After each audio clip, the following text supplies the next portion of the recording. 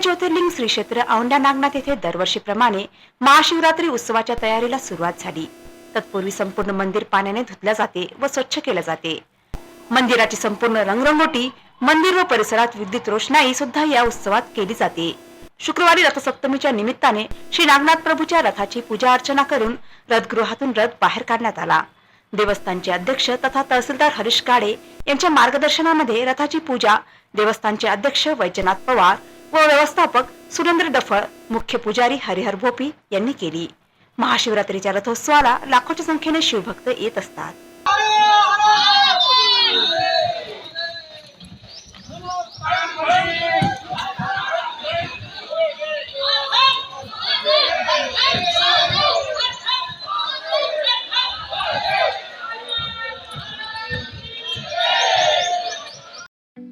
ठळक घडामोडींसाठी देशोन्नती न्यूज चॅनलला सबस्क्राइब करा आणि बेल आयकॉन प्रेस करा।